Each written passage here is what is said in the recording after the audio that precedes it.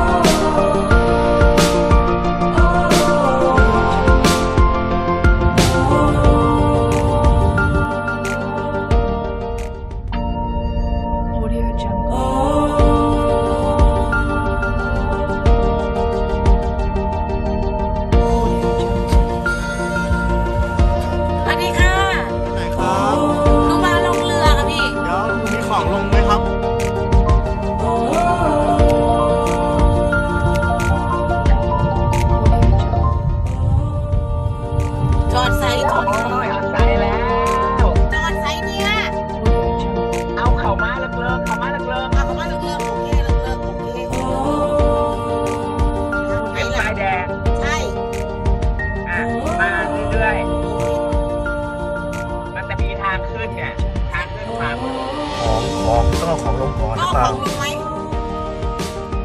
ของลายบ่น้ำจิ้มก็สุด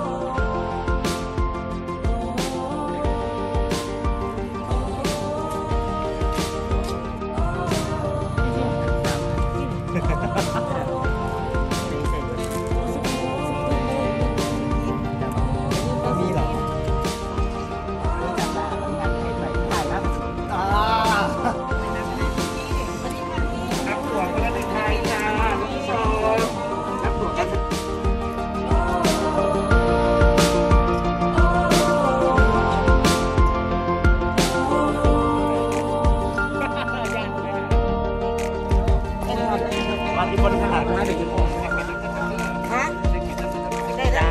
เขียนก็ได้เช็คอินก็ได้ครับ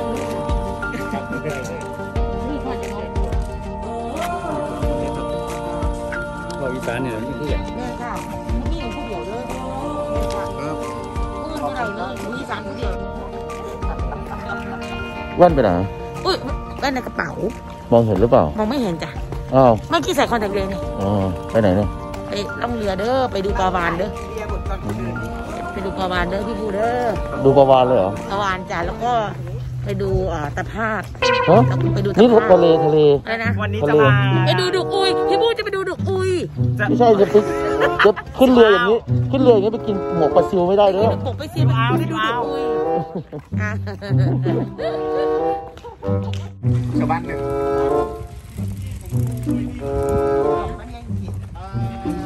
โอ้อเลียนลงรถหน่อยอุ้ยลงรถนะครับ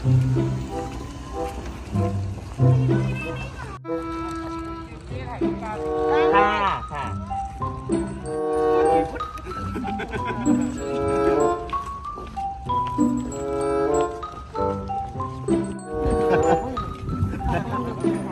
พี่ขับมาเองเหรอนี่ไปแล้วหนึ่ง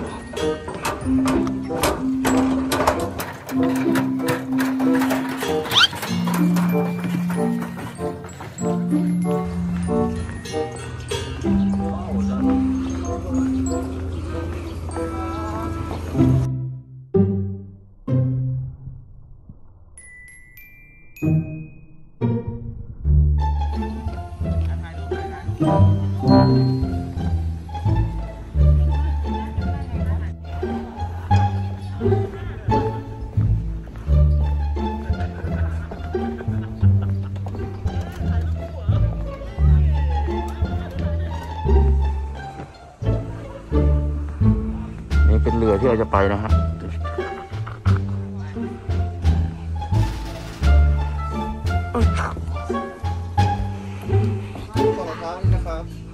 ขอโทษครับพี่ถอดนี่แหละเดียวคนใส่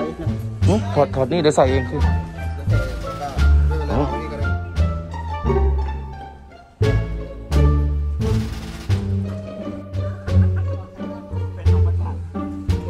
พี่เจร้อนไหมร้อนไหม คือจริงๆแล้วมันร้อนไหมพี่พอขับไปแล้วสักพักร้อนไหมไม่ร้อนเราถ้าแดดส่องก็ร้อนโอเคนะเราหาที่หลบเอานะสู้ดี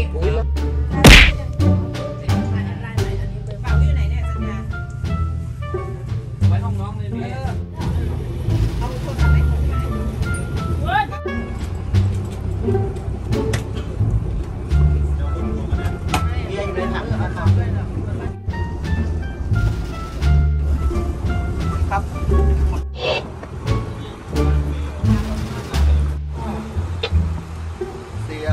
ขออนุญาตออกนอกพื้นที่ครับ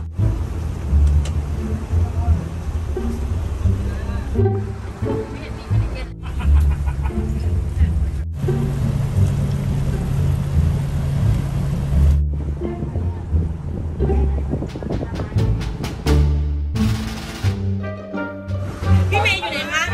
พี่เมย์มาเปลี่ยนชุดสิคะไม่ใช่เขาชาวแกงพิซซ่ามีชุดอีกใส่เหมือนกันเร็วๆ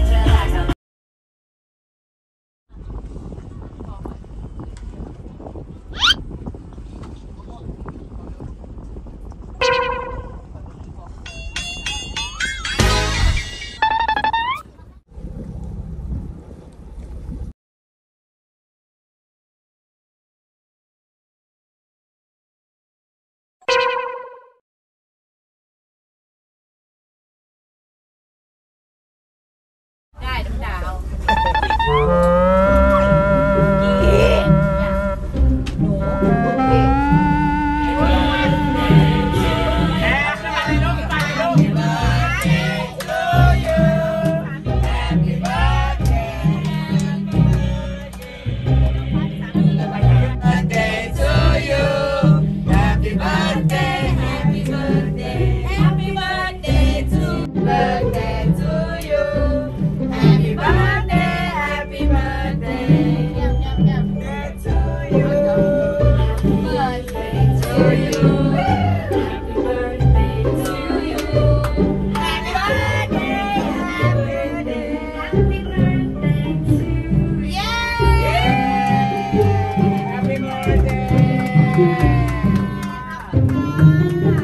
แม่อวยพรเลยค่ะขอให้เป็นเด็กดีดีอยู่แล้วก็ดีเอ๊ะป๊าป๊าเดี๋ยวป๊าป๊าตื่นเต้นไหมครับเอ๊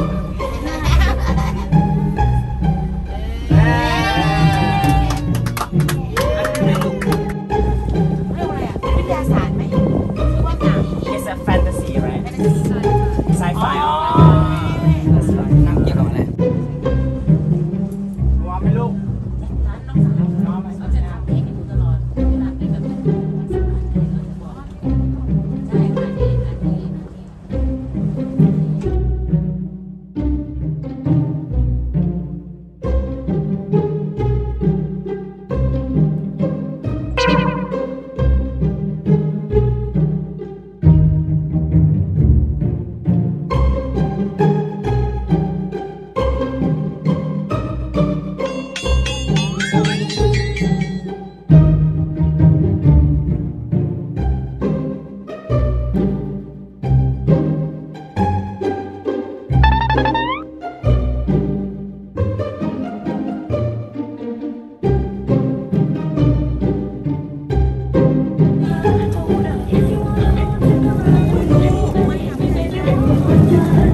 ได้แล้วเว้ย